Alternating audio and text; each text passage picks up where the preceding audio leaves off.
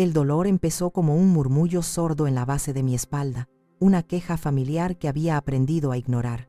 Pero mientras me enderezaba después de fregar la última baldosa de la cocina, el murmullo se convirtió en un grito agudo, una puñalada de fuego que me subió por la columna vertebral y me robó el aliento. Un quejido se ahogó en mi garganta, un sonido animal que luché por reprimir. Apoyé una mano temblorosa en la encimera fría, esperando a que la ola de agonía pasara, cerrando los ojos con fuerza. Las baldosas blancas y negras, un damero impecable que reflejaba las luces halógenas del techo, parecían ondular ante mí.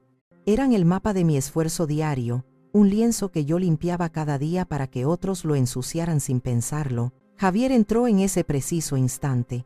El sonido de la puerta principal al cerrarse fue como un portazo en mi alma.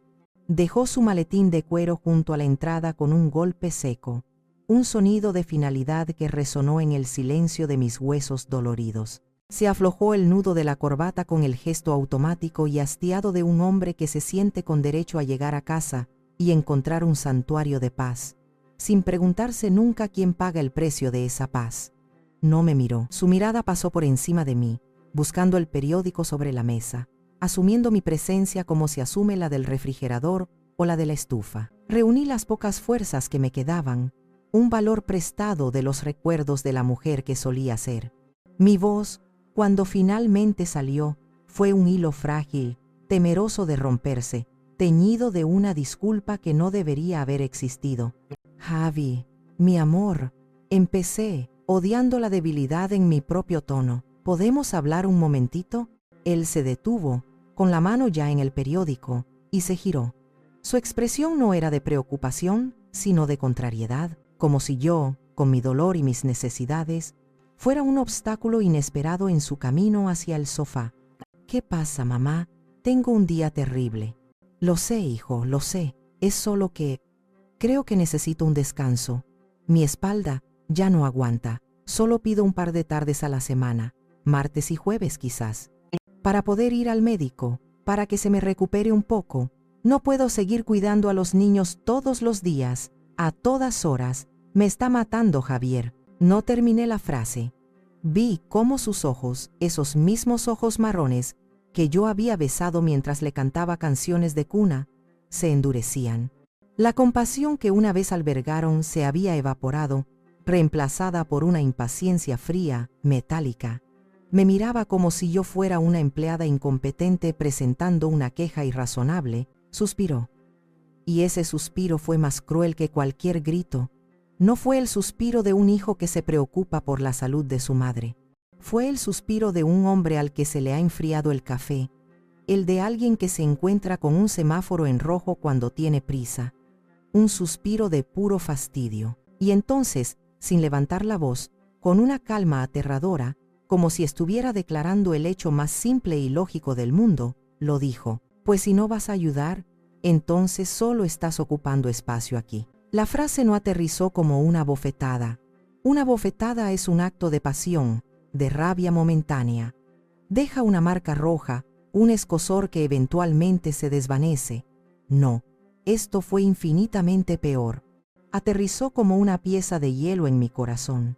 Una sentencia pronunciada por un juez implacable. El punto final de un capítulo de mi vida que yo, en mi ciega devoción, ni siquiera me había dado cuenta de que estaba llegando a su fin. El aire se solidificó en mis pulmones.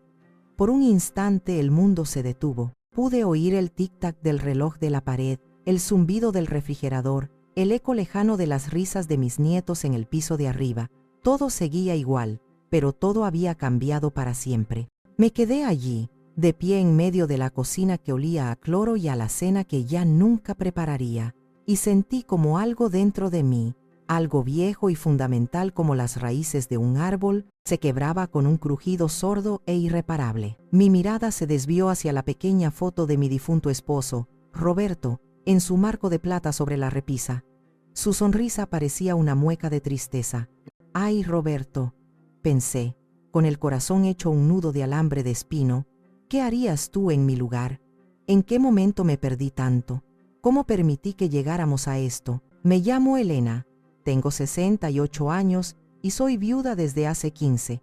Mi Roberto se fue demasiado pronto, llevándose consigo la música de mi vida, pero me dejó el corazón lleno de recuerdos como un tesoro y un hijo al que adorar, o al que solía adorar. Hace exactamente 3 años y 2 meses, cuando nació Leo, mi primer nieto, tomé la decisión que cualquier madre, cualquier abuela en mi situación, habría considerado no solo correcta, sino inevitable. Empaqué mi vida en 2 maletas viejas y me mudé con Javier y su esposa, Sofía, para echarles una mano que, con la implacable lógica del tiempo y la conveniencia, se convirtió en mis 2 manos, mi espalda rota, mis rodillas artríticas y cada segundo de mi existencia. Mi espacio, como lo había bautizado Javier con esa cruel precisión, era un cuarto de servicio en el sótano.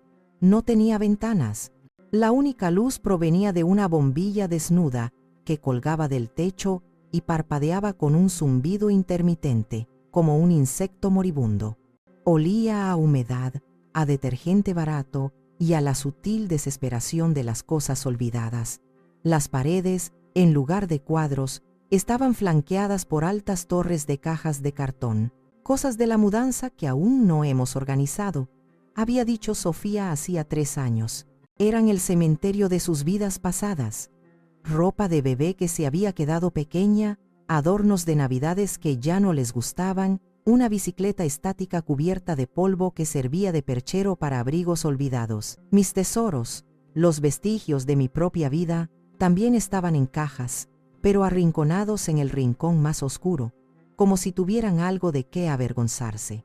La foto de mi boda con Roberto, en la que ambos reíamos con la insolente certeza de que la felicidad era eterna. Mi vieja máquina de coser, una Singer de pedal, que había sido mi confidente, mi compañera de armas y mi sustento durante más de 40 años. Sofía había decretado, con una sonrisita condescendiente, que no combinaba con la decoración minimalista. Así que allí estaba mi vieja amiga, cubierta con una lona, silenciosa y paciente, como yo. Mi día a día era una coreografía de servidumbre anónima, un ciclo tan predecible como el amanecer. Me levantaba a las 5, mucho antes que el resto de la casa, para que el café estuviera recién hecho y el desayuno de los niños listo cuando bajaran. Vestir a Leo, de 6 años, que siempre protestaba, y a Mía, de 4, que siempre se escondía. Limpiar el campo de batalla de leche derramada y migas de pan, poner la lavadora, doblar la ropa de la víspera, preparar la comida para llevar de los niños, recoger a Leo del colegio al mediodía, jugar con Mía para que no pintara las paredes del salón con sus ceras de colores, volver a limpiar, preparar la cena, bañar a los niños entre salpicaduras y gritos, leerles un cuento, y finalmente, cuando un silencio precario caía sobre la casa, bajar las escaleras hacia mi cueva, no a descansar, sino a sentir como cada músculo de mi cuerpo protestaba en un coro de dolor. Nunca había un gracias, mamá, nunca un cómo te sientes hoy. Solo había la expectativa silenciosa de que todo funcionaría como un mecanismo de relojería suizo. Y yo era el engranaje principal, oculto y sin brillo, pero sin el cual todo el aparato se detenía. Sofía era la arquitecta de mi invisibilidad. A sus 39 años, era una mujer consumida por la imagen. Trabajaba en una agencia de marketing y vivía su vida como si fuera una campaña publicitaria permanente. Para ella, yo no era la madre de su esposo. Era una prestación gratuita, un servicio de guardería y limpieza incluido en el paquete matrimonial. Esa misma tarde, después de la sentencia de Javier, ella bajó las escaleras. No me miró. Su vista pasó por encima de mí, como si yo fuera una silla mal colocada. Mamá, su voz siempre tenía ese tono de eficiencia cortante, como si estuviera dictando un correo electrónico. No olvides limpiar el baño de visitas. Vienen mis amigas del yoga más tarde, y no quiero que vean el desorden de los niños. Ni siquiera esperó una respuesta. Dio media vuelta y subió, el sonido de sus tacones caros martillando el suelo de madera. Cada golpe era un recordatorio de mi rango, de mi lugar en la jerarquía de esa casa. Miré mis manos, apoyadas sobre la encimera, la piel delgada y manchada, las venas como ríos secos sobre un mapa de una tierra olvidada. Estas manos, habían cosido el vestido de novia de mi mejor amiga. Habían acunado a un Javier de 3 años que ardía de fiebre. Habían amasado el pan para la primera comunión de mi sobrina. Manos que habían creado, consolado, construido, ahora solo servían para limpiar los restos de una vida que no me pertenecía. La frase de mi hijo seguía flotando en el aire, pesada, tóxica. Solo estás ocupando espacio. Y en ese momento supe, con una certeza que me heló la sangre y me aclaró la mente, que no estaba exagerando. Para ellos, yo era exactamente eso, un objeto que había dejado de ser útil y, por tanto, se había convertido en un estorbo. Cerré los ojos y el olor penetrante a cloro de la cocina se desvaneció, dando paso a una fragancia que mi memoria guardaba como un tesoro. Era un aroma complejo, una mezcla del apresto de las telas nuevas, el polvo de tiza flotando en los rayos de sol que se colaban por el ventanal, y el aceite mineral, ligeramente tibio, de mi vieja máquina de coser. Me transporté 10 años atrás, a un día gris y lluvioso que marcó el final de una era, el último día de El Hilo Dorado. Mi pequeña sastrería no era solo un negocio, era la geografía de mi alma. Un local modesto en una calle tranquila del barrio, con un escaparate que yo decoraba con cada cambio de estación. Las paredes interiores no estaban pintadas, sino tapizadas con cientos de carretes de hilo de todos los colores imaginables. Un arco iris de posibilidades. Allí, en ese pequeño universo de 20 metros cuadrados, después de que Roberto se fuera, yo había reconstruido mi vida, puntada a puntada, hilván a hilván. Cada vestido de quinceañera que salía de mis manos, cada traje de bautizo, cada simple ajuste de un pantalón, llevaba un pedazo de mi historia, de mi paciencia, de mi amor por el detalle. Mis clientas eran mucho más que eso. Eran mi red, mi confesionario, mi tribu. Entre el zumbido constante de la Singer y el siseo de la plancha de vapor, compartíamos las penas del corazón y las alegrías inesperadas. El hilo dorado era un refugio para muchas, no solo para mí. Entonces Javier, mi Javier, el centro de mi universo, anunció que se casaba con Sofía. Mi corazón se llenó de una alegría genuina y un poco temerosa. Mi hijo había encontrado a una mujer inteligente, ambiciosa, una profesional con un futuro brillante. Pero Sofía tenía ideas muy claras sobre la boda de sus sueños, ideas que no cabían en nuestro presupuesto, ideas sacadas de las páginas de una revista de sociedad, un salón de lujo en un hotel de 5 estrellas, un banquete para 200 invitados, un fotógrafo que cobraba por horas lo que yo ganaba en un mes. Javier vino a verme una tarde a la sastrería. La lluvia golpeaba suavemente el cristal del escaparate. Se sentó en un taburete bajo junto a mi mesa de corte, con esa mirada de niño apenado que siempre usaba cuando estaba a punto de pedir algo que sabía que me dolería. «Mamá», empezó, jugando con un retal de tela de seda. «Sofía y yo hemos estado haciendo cuentas. Y, bueno, por más que estiramos los números, no nos alcanza». Yo lo miré, mi aguja suspendida en el aire a mitad de una puntada. Sabía lo que venía después, lo sentía en la métsesis de mis huesos. «Hemos pensado», continuó, sin atreverse a mirarme a los ojos, fijando su vista en los carretes de hilo de la pared, «que si vendieras el local, podríamos tener la boda que ella siempre ha soñado. Sería el comienzo perfecto para nosotros, mamá. Empezar con el pie derecho, ¿sabes? Para que estés orgullosa de nosotros». Orgullosa. Esa era la palabra mágica, el botón que él sabía que debía presionar. Toda mi vida de madre viuda se había centrado en ese único objetivo, que él se sintiera orgulloso, compensar las carencias que tuvimos cuando Roberto vivía, y el dinero era una preocupación constante. Me quedé en silencio, mirando mi pequeño reino. El maniquí con el vestido de novia de una clienta a medio hacer, la foto de Roberto en mi escritorio, sonriendo, el olor a hogar, a trabajo, a dignidad. Venderlo era como vender mis propias manos, un trozo de mi historia. «Es solo un local, mamá. Ya has trabajado mucho. Estás cansada. Mereces descansar», insistió, finalmente tomando mi mano. Su tacto era suave, pero su agarre era firme, una presión que no admitía negativas, y yo, como siempre, cedí. Porque el amor de una madre, a veces, es una forma de ceguera. Desmantelar el hilo dorado fue como asistir a mi propio funeral. Regalé metros y metros de tela, vendí los muebles por una miseria a un anticuario, y empaqué mi Singer en una caja que acabó en el fondo del garaje de Javier. La boda fue, tal como Sofía había planeado, espectacular. Parecía una princesa de cuento, radiante en su vestido de encaje francés. Durante la fiesta, se acercó a mí, me dio un abrazo rápido y superficial, y me dijo al oído, con el ruido de la orquesta de fondo: «Gracias por todo, Elena. Sabía que podíamos contar contigo». Nunca mencionó la sastrería, nunca reconoció el sacrificio. Para ella, fue una simple transacción financiera que hizo posible su día perfecto. Para mí, fue el principio del fin de mi independencia.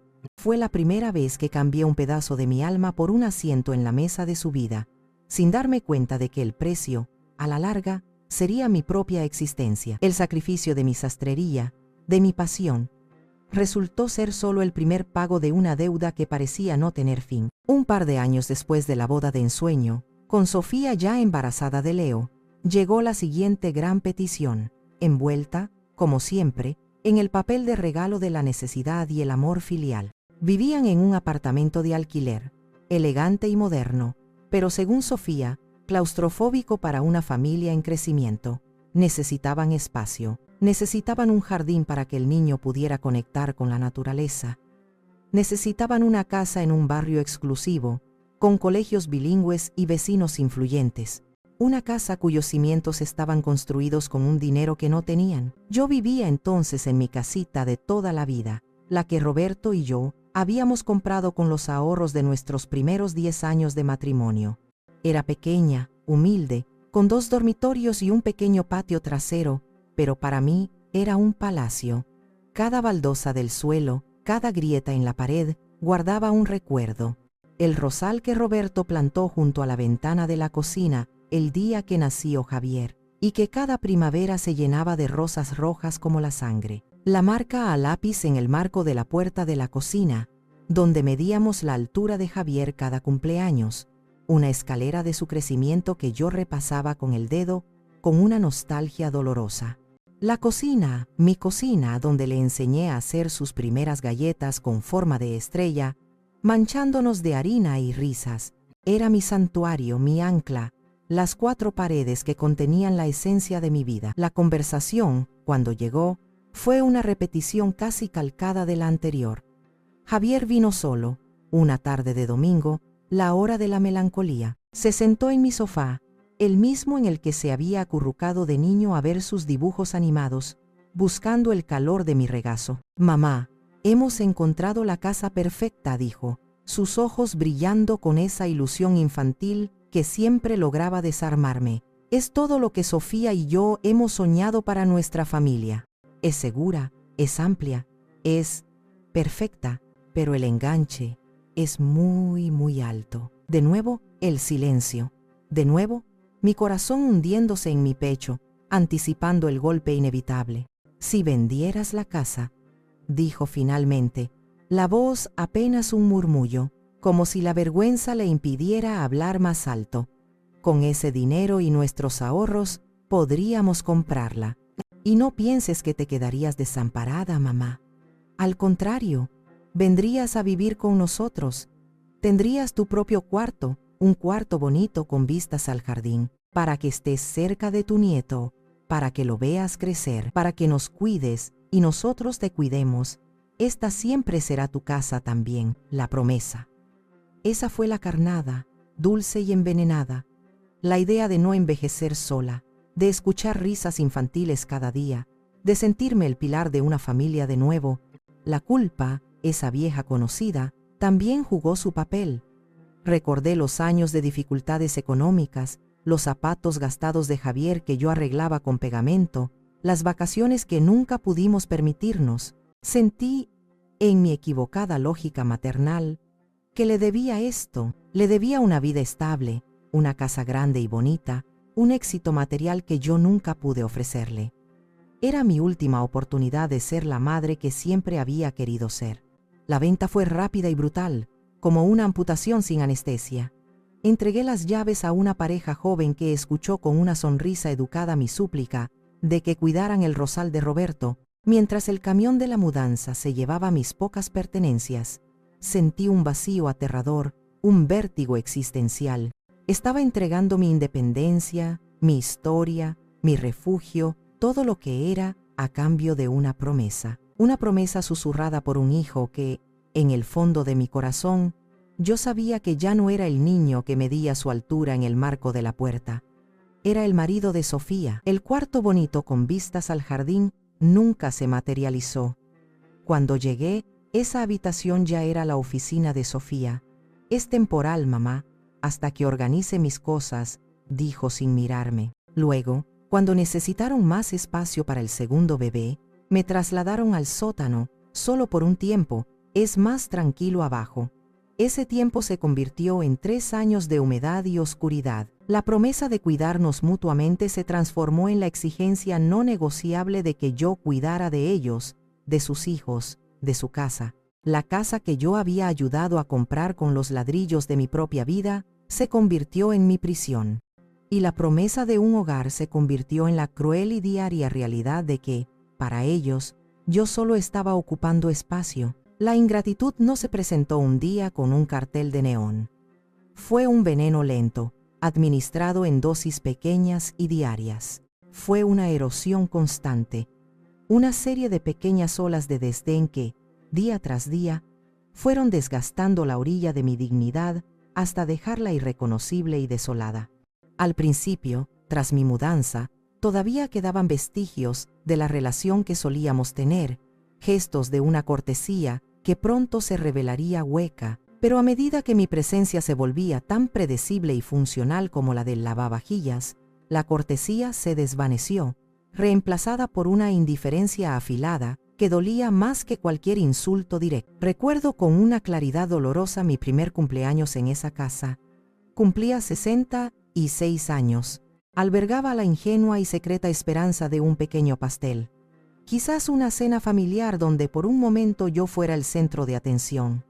En cambio, me desperté con una casa inquietantemente silenciosa. En la cocina, encontré una nota pegada en la puerta del refrigerador con un imán en forma de aguacate. La caligrafía era la de Sofía, rápida y eficiente. «Mamá, nos surgió un viaje relámpago a un hotel con spa.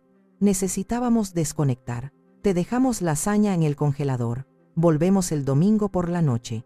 Besos». Ni una mención a mi cumpleaños, ni una felicitación, ni una llamada a lo largo del día. Pasé mi cumpleaños sola, en esa casa enorme y vacía.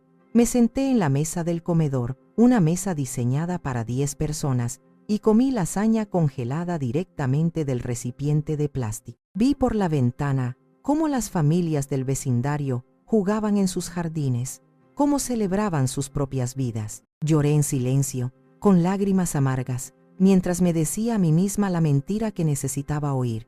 Se les ha olvidado, están muy estresados, no lo han hecho a propósito. Me mentí, porque la verdad que mi día especial era tan insignificante para ellos que ni siquiera merecía una nota al margen, era demasiado dolorosa para admitirla. La comida se convirtió en un campo de batalla sutil, una arena donde se libraban las guerras silenciosas de poder y desprecio. Yo cocinaba con amor los platos que habían sido el corazón de nuestro hogar, los sabores que habían consolado a Javier en sus tristezas infantiles, el mole de olla, los chiles rellenos, la sopa de tortilla.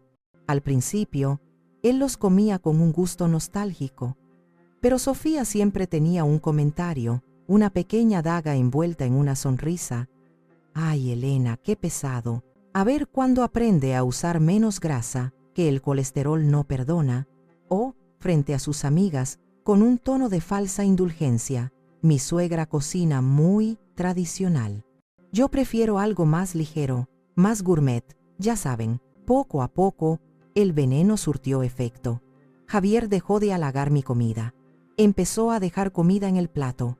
Y yo, para evitar el conflicto, empecé a cocinar solo para los niños, mientras ellos pedían sushi o ensaladas por aplicación. Mi sazón, mi herencia culinaria, el lenguaje de mi amor, se convirtió en algo anticuado, vergonzoso y molesto. Las llamadas telefónicas de Javier, o más bien la ausencia de ellas, marcaron otro hito en mi degradación. Antes, cuando vivía sola, me llamaba un par de veces por semana solo para charlar. ¿Cómo estás, mamá? ¿Qué hiciste hoy? Esas llamadas eran un bálsamo, la prueba de que yo seguía existiendo en su mente más allá de mis funciones. Una vez que me mudé con ellos, las llamadas cesaron. ¿Para qué llamar si me tenía allí, disponible 24/7? El teléfono solo sonaba si era para darme instrucciones. Mamá, ¿puedes recoger a los niños? A Sofía y a mí se nos hizo tarde en una reunión. Mamá, se nos olvidó comprar leche. ¿Puedes ir a la tienda antes de que cierren? Mamá, el técnico de internet viene a las 3. ¿Puedes esperarlo? Me convertí en su asistente personal, su agenda andante, su servicio de mensajería. La pregunta fundamental, la más humana de todas, ¿cómo estás?, desapareció de su vocabulario. Pero quizás el momento más revelador, el que destiló toda su filosofía en una sola frase, fue una tarde que escuché a Sofía hablar por teléfono en la terraza.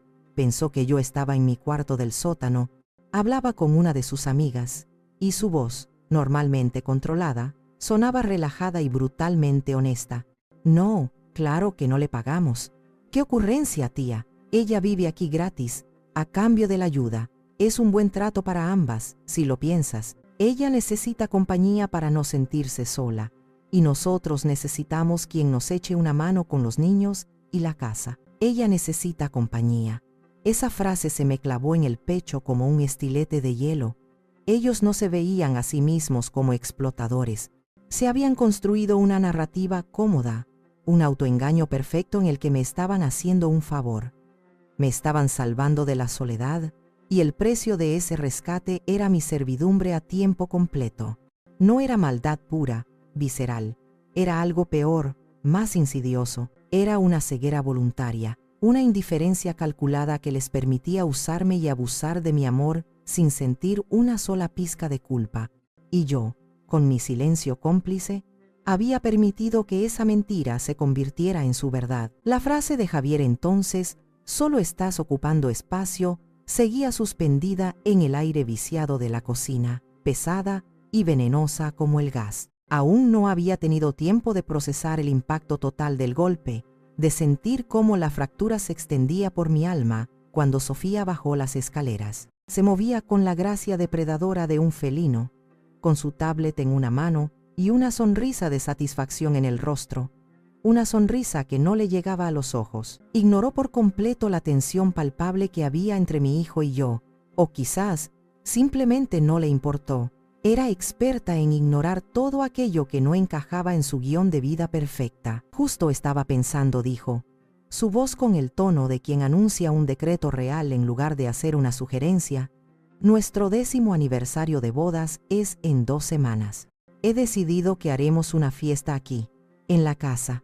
Algo grande, elegante, unos 50 invitados, los más importantes, para celebrar nuestros éxitos. Me miró por primera vez desde que había entrado en la cocina. Su mirada no era una invitación a compartir su alegría, era una fría asignación de tareas. Mamá, voy a necesitar que te encargues del menú.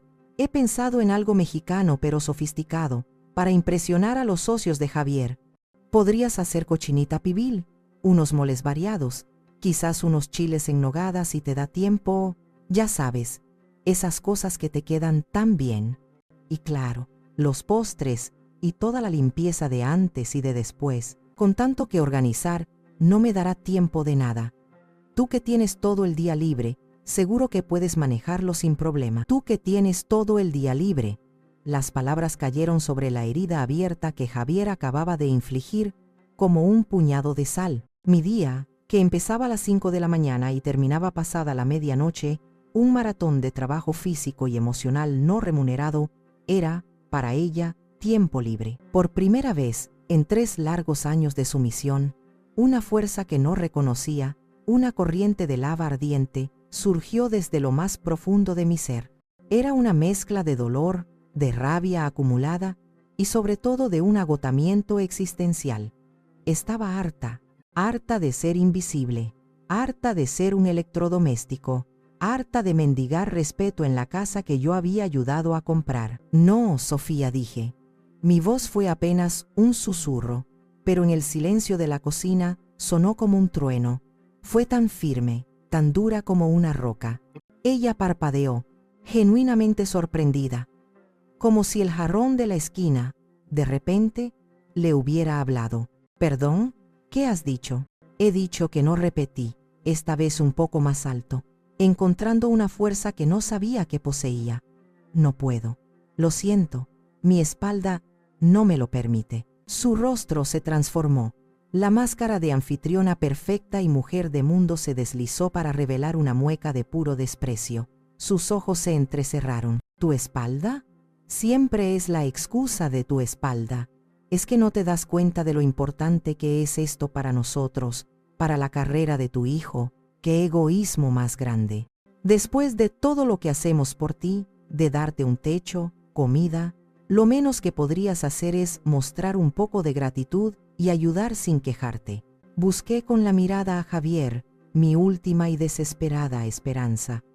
Buscaba una pizca de apoyo, una señal de que el niño que yo había criado aún estaba allí, enterrado bajo capas de ambición y cobardía. Él permaneció en silencio, con la vista fija en las baldosas del suelo, como si fueran lo más interesante del mundo. Desvió la mirada hacia el costoso reloj suizo que Sofía le había regalado por su cumpleaños, un objeto que simbolizaba todo lo que ella le había dado y todo lo que él temía perder si la contradecía. Y en ese instante, en ese silencio ensordecedor, lo entendí todo con una claridad meridiana. Mi hijo no estaba paralizado por la indecisión entre su madre y su esposa. Había tomado una decisión hacía mucho tiempo, quizás desde el día que aceptó el dinero de mi sastrería. Había elegido el silencio que pagaba las cuentas, la comodidad que le aseguraba su esposa, la vida de lujos superficiales, por encima de la dignidad de su madre. La batalla, esa que yo ni siquiera sabía que estaba librando, estaba irrevocablemente perdida. O quizás, y este pensamiento fue como un relámpago, era la primera vez que yo me daba cuenta de que tenía derecho a luchar. Esa noche no dormí. El agotamiento de mi cuerpo fue superado por una lucidez mental que era casi dolorosa. Me quedé sentada en el borde del futón duro en mi cuarto del sótano, escuchando los sonidos de la casa que respiraba sobre mí. El zumbido constante del refrigerador, las tuberías que crujían con cada descarga de agua, el murmullo lejano de la televisión en el dormitorio de mis verdugos. Cada sonido era un recordatorio de que yo era una extraña, una prisionera en la casa que había ayudado a construir con los pedazos de mi propia vida. No hubo lágrimas. El dolor era demasiado profundo, demasiado antiguo, demasiado seco para las lágrimas. Era una certeza fría y tranquila que se instaló en mi pecho. Tenía que irme. No era una decisión impulsiva nacida de la rabia de esa tarde. Era la conclusión lógica, inevitable, a 3 años de humillaciones silenciosas, de promesas rotas, de una invisibilidad que me estaba borrando. La frase de Javier no había sido la causa. Había sido el diagnóstico final, la palabra del médico que confirma una enfermedad terminal que llevaba mucho tiempo carcomiéndome por dentro. Alrededor de las 2 de la mañana, cuando el silencio era total, cuando la casa estaba sumida en el sueño de los justos o de los indiferentes, me levanté. Mis movimientos eran lentos, deliberados, como los de una sacerdotisa en un ritual sagrado. Saqué mi vieja maleta de debajo de la cama. El cierre estaba oxidado y protestó con un chirrido agudo que me hizo contener la respiración. Abrí el armario y empecé a empacar. No cogí mucha ropa. La mayoría de mis prendas se habían desgastado por el uso constante, desteñidas por la lejía, manchadas por la grasa de la cocina. Eran el uniforme de mi servidumbre. En su lugar empaqué los símbolos, los pocos que me quedaban, de la mujer que solía ser antes de que mi identidad se disolviera en las necesidades de los demás. Con un cuidado reverencial, envolví en un pañuelo la foto de mi boda con Roberto, el marco de plata ya un poco opaco por la humedad del sótano. Metí un par de dedales de plata que habían pertenecido a mi madre y a la madre de mi madre, un pequeño cuaderno de tapas gastadas con poemas que escribí en mi adolescencia y que nunca nadie había leído, y el chal de estambre suave que tejí para el bautizo de Javier, ahora un poco descolorido, pero que todavía olía a mi hogar, a mi verdadero hogar. Eran objetos pequeños, insignificantes para cualquiera en el mundo, pero para mí eran las anclas que me recordaban quién era yo antes de convertirme en la sombra que habitaba ese sótano. Mientras doblaba el chal, mis dedos temblaban. Pero no era de miedo, era de una extraña y nueva determinación, una vibración que recorría mi cuerpo. No estaba huyendo, me estaba rescatando. Estaba cometiendo el acto de egoísmo más profundo y necesario de mi vida. Con la maleta a medio llenar, me senté de nuevo en el futón y saqué mi viejo teléfono móvil de la mesita de noche. La pantalla se iluminó, mostrando una foto de mis nietos sonriendo. Sentí una punzada de dolor tan intensa que me dobló. Ellos eran las cadenas doradas que me habían mantenido allí. Pero entonces pensé en el futuro, en la mujer en la que se convertiría mía. ¿Quería que aprendiera de mí que el amor significaba anularse? ¿Que el deber de una mujer era desaparecer? No, tenía que irme también por ellos, para enseñarles, desde la distancia, una lección de dignidad. Busqué en mis contactos un nombre que no había marcado en meses, quizás un año: Pilar, mi hermana menor, la oveja negra de la familia, como decía mi madre con una mezcla de desaprobación y envidia secreta. Pilar nunca se casó. Pilar viajó por el mundo con una mochila. Pilar siempre decía lo que pensaba, sin filtros ni adornos.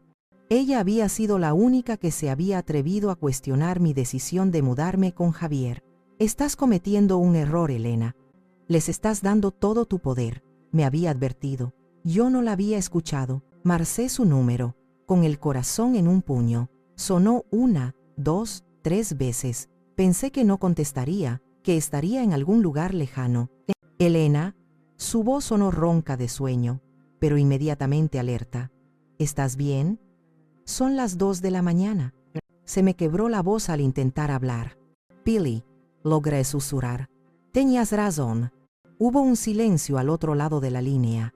No fue un silencio de sorpresa, sino de una triste y paciente espera. «Ya era hora», hermana dijo finalmente, su voz una mezcla de alivio y tristeza. «¿Necesitas que vaya por ti?» «Sí», susurré, las lágrimas finalmente rodando por mis mejillas. «Por favor, dame media hora. Espérame en la esquina de la calle. No hagas ruido. Y Elena, sé fuerte. Ya casi estás fuera». Colgué. Me puse el abrigo, cogí la maleta y subí las escaleras del sótano por última vez. Cada escalón, un paso doloroso y triunfal hacia la libertad. La calle estaba sumida en una oscuridad profunda y silenciosa, solo interrumpida por el resplandor anaranjado de las farolas, que proyectaban sombras largas y fantasmales sobre el asfalto húmedo por el sereno. Me paré en la esquina, bajo un árbol que goteaba, temblando un poco. No era solo por el frío de la madrugada, era por la enormidad de lo que estaba haciendo, por el vértigo de cortar un cordón umbilical de 68 años. Cada vez que los faros de un coche giraban en la lejanía, mi corazón daba un vuelco, temiendo que fuera Javier o Sofía, que se hubieran despertado y vinieran a arrastrarme de vuelta a mi celda. Pero el barrio dormía su sueño de opulencia, ajeno a mi pequeña y silenciosa revolución personal. Exactamente media hora después, como había prometido, las luces de un coche pequeño y modesto giraron en la esquina y se detuvieron suavemente a mi lado. La ventanilla del pasajero bajó, revelando el rostro de Pilar. Tenía el pelo revuelto y ojeras, pero sus ojos brillaban con una determinación feroz. «Sube», rápido dijo en voz baja, pero con una urgencia que me sacó de mi estupor. Metí la maleta en el asiento trasero, que estaba lleno de libros y mapas, y me senté a su lado. El coche olía a ella, a tabaco de liar, a perfume de pachulí y a libertad. No dijimos nada mientras nos alejábamos de la casa. Yo miraba por la ventanilla, viendo cómo la fachada grande y oscura, mi prisión dorada, se hacía cada vez más pequeña en el espejo retrovisor hasta que fue engullida por la noche. Sentí una punzada de dolor en el pecho, un eco del amor incondicional y estúpido que todavía sentía por mi hijo, pero fue rápidamente superada por una abrumadora, casi eufórica sensación de alivio. Era como si un peso de 1000 kilos, que había llevado sobre mis hombros durante años, de repente se hubiera desvanecido. El apartamento de Pilar estaba en el otro extremo de la ciudad, en un barrio bohemio y ruidoso. Era un lugar pequeño, en el tercer piso de un edificio antiguo sin ascensor, pero en cuanto crucé el umbral, sentí una calidez y una energía que no había sentido en años. Olía a libros viejos, a incienso de sándalo y a la independencia sin complejos de una mujer que era la única dueña de su espacio y de su vida. Las paredes no estaban decoradas con cuadros caros, sino con fotos de sus viajes. Pilar sonriendo junto a un monje budista en Tailandia, Pilar negociando en un zoco de Marruecos, Pilar contemplando el amanecer en Machu Picchu. Su vida estaba en esas paredes, vibrante, audaz y sin pedir disculpas. La mía, me di cuenta con una tristeza infinita, había estado guardada en cajas de cartón en un sótano. Pilar me preparó un té de manzanilla con un chorrito de coñac. Para el susto, dijo, sin hacerme ninguna pregunta. Me trajo una manta de lana gruesa y me sentó en su sofá, que era viejo y estaba cubierto de cojines de colores, pero era increíblemente cómodo. No tienes que hablar si no quieres, Elena dijo, sentándose en un puff frente a mí, con una taza de té humeante entre las manos. Pero yo sí quería, necesitaba desesperadamente verbalizar mi dolor, contarlo en voz alta para hacerlo real, para convencerme a mí misma de que no me lo había imaginado todo, y hablé. Hablé durante más de una hora, las palabras saliendo de mí como un torrente, tropezando unas con otras. Le conté la frase de Javier, la humillación de la fiesta de Sofía, los 3 años de servidumbre silenciosa, el cumpleaños olvidado, la venta de mi casa, la muerte de El Hilo Dorado. Ella escuchaba, sin interrumpir, asintiendo de vez en cuando, su rostro una máscara de rabia contenida y profunda compasión. Cuando terminé, exhausta y vacía, se quedó en silencio por un momento, procesando la magnitud de mi relato. Luego se inclinó hacia adelante, dejó su taza en el suelo y tomó mis manos frías entre las suyas. «Escúchame bien», Elena dijo, su voz firme pero llena de un cariño inmenso. «Lo que acabas de hacer no es una derrota. No eres una mala madre por haberte ido. Eres una mujer valiente que finalmente ha decidido salvarse a sí misma. Lo que ellos hicieron no tiene perdón. Te usaron, te exprimieron y te desecharon cuando dejaste de ser conveniente. Son unos parásitos emocionales». Sus palabras eran duras, directas, sin el azúcar que la gente suele usar para endulzar las verdades amargas, y eran exactamente el bálsamo que mi alma herida necesitaba. Eran la validación, la confirmación externa de que mi dolor era real, de que no estaba loca. «Esto no es el final», continuó, apretando mis manos. «Es el primer día de tu nueva vida. Y no estás sola, ¿me oyes? Me tienes a mí.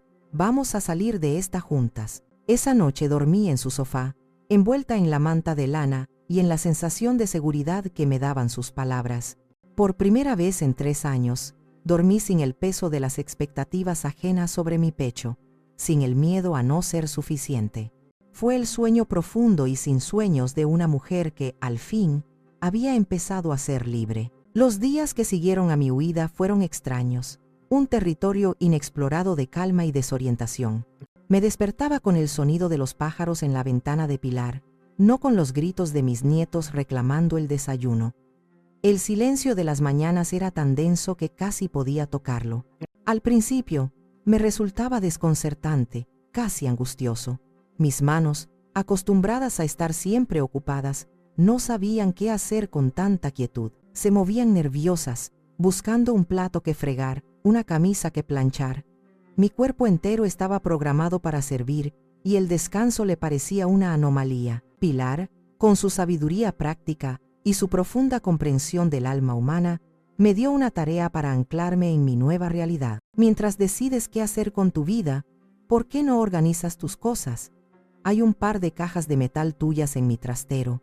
Roberto me las dio para que las guardara unas semanas antes de morir. Me dijo que eran importantes, pero nunca supe qué había dentro. Quizás sea el momento de que lo averigües. La mención de Roberto, de su previsión, me provocó una punzada agridulce. Fuimos al trastero, un pequeño cuarto en la azotea del edificio, lleno de los tesoros de la vida de soltera de Pilar.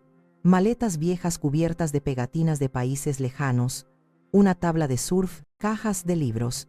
En un rincón, cubiertas de una gruesa capa de polvo, como si esperaran pacientemente su momento, había 2 cajas de metal verde militar. Las llevamos al apartamento, y el simple acto de cargarlas se sintió como cargar con el peso de mi propio pasado. Abrí la primera con una llavecita que Pilar guardaba en un cajón. El olor a naftalina y a tiempo detenido me golpeó. Dentro estaba el alma del hilo dorado, mis dedales de plata, ahora ennegrecidos por el tiempo, patrones de costura de papel de seda, amarillentos y frágiles, y un álbum de fotos de tapas de cuero, lleno de fotografías de mis creaciones más queridas, el vestido de novia de mi mejor amiga, el traje de primera comunión de Javier, vestidos de fiesta que parecían sacados de un sueño.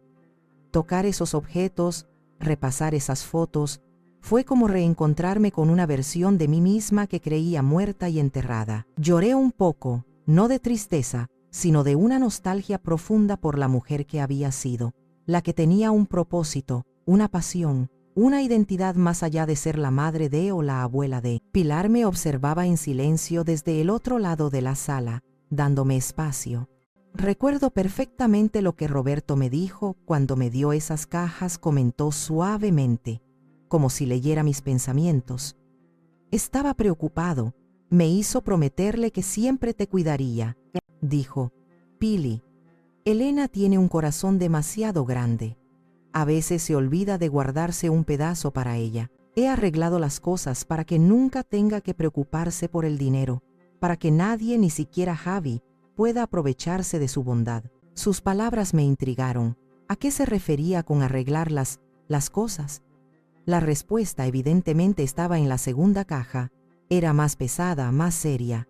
Al abrirla, lo primero que vi fue un paquete de cartas de amor que Roberto me había escrito durante nuestro noviazgo, atadas con un